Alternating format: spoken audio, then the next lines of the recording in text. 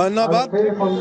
ইতিহাস প্ৰসিদ্ধ বিশ্বনাথ চাৰিআলি এই নগৰত আজি আৰু কাইলৈ দুদিনীয়াকৈ সোণালী জয়ন্তী বৰ্ষ উদযাপন কৰিবলৈ বিশ্বনাথবাসী ৰাইজ আগবাঢ়ি আহিছে। আজি পুৱা 9 বজাতে প্ৰথম কাৰ্যসূচী।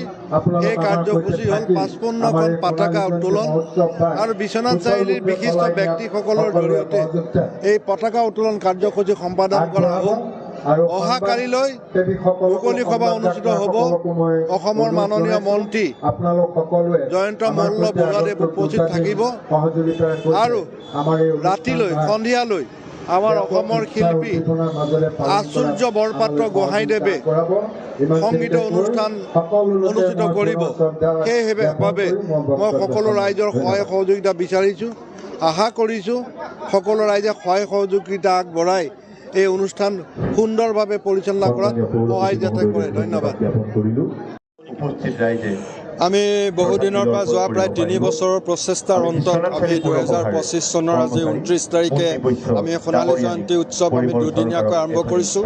প্ৰথম কাৰ্যসূচী আমাৰ আপোনালোকে গম পাইছে যে 1970 চনত স্থাপন হোৱা হিচাপে আমাৰ পৌৰসভাই ইতিমধ্যে 55 বছৰ অতিক্ৰম কৰিছে। প্ৰথমে নগৰ সমিতি আছিলে, 2011 চনৰ পৰা পৌৰসভা হৈছে।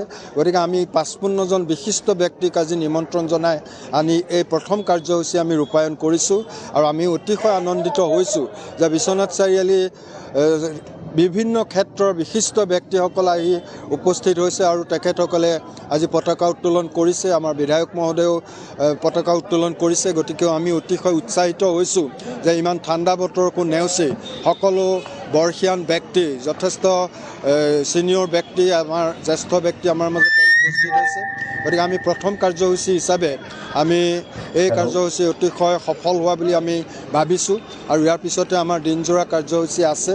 আমি আশা কৰিছোঁ ৰাইজে এই প্ৰথম কাৰ্যসূচীৰ নিচিনাকৈ সকলো কাৰ্যসূচীতে আমাৰ সৈতে সহযোগিতা আগবঢ়াব।